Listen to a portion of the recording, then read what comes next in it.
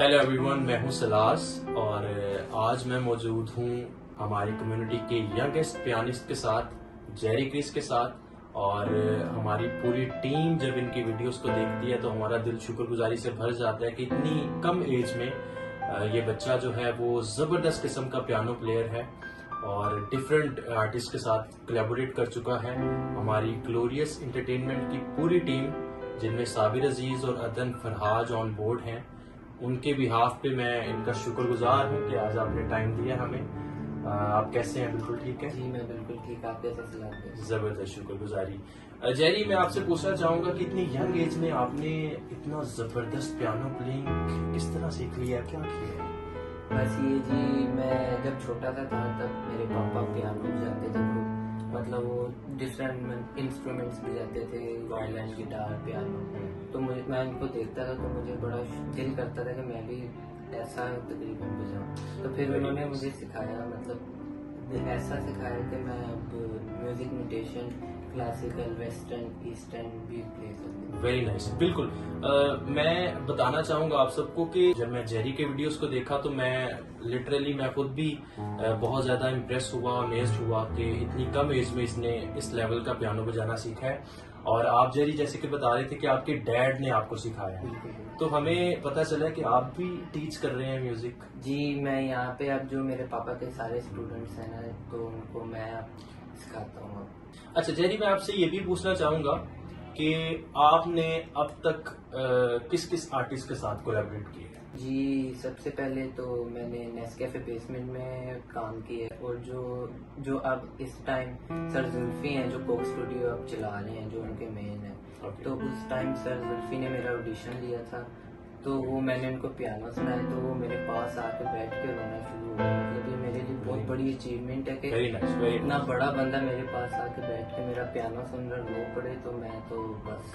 और उन्होंने मुझे ये भी कहा था कि जब मैं आपको टीवी पे लाऊंगा तो दुनिया आपकी बात करेगी, दुनिया आपको पहचानेगी, आपका जिक्र करेगी और सारी जगह दुनिया में आपको देखा जाएगा। तो आज उनके अल्फाज पूरे हो रहे हैं। Very nice, very nice. हम बहुत खुश हैं। मैं पूछना चाहूंगा कि आपने क्रिश्चियन कम्युनिटी में भी काम किया है? जी जी, मैंने साउंड ऑफ वर्शिप जो है हजरत दाऊद के ज़बूर, जो लियो ट्विंस ने अरेंज किया है, उसमें भी मैंने प्ले किया है। Okay, very nice. और इसके अलावा मैंने पास्टर हिस्किल सरोज के चर्च में भी प्ले किया है, विजय चर्च में, और मैं इसके लिए शुक्रगुजारी करता हूँ। और जेरी, आपकी साबिर अजीज से भी बात हुई, जो कि हमारे ग्लोरियस एंटरटेनमेंट के डायरेक्टर हैं, और हमारी ग्लोरियस एंटरटेनमेंट का जो मिशन है वो भी आपसे डिस्कस किया गया है, तो आप इसके बारे में क्या कहेंगे? जी, ये जो ग्लोरियस एंटरटेनमेंट का जो आप लोगों ने एक प्लेटफॉर्म बनाया है, इसमें खुदा ने बहुत बरकत दी है, और आगे को जो हमारा यहाँ पे न्यू टैलेंट है वो यहाँ से जाके बाहर के मुल्क में भी जाके खुदा के नाम को जलाल देगा। ये हम सब इसके लिए दुआ भी करेंगे, और ये बहुत अच्छा प्लेटफॉर्म बना है।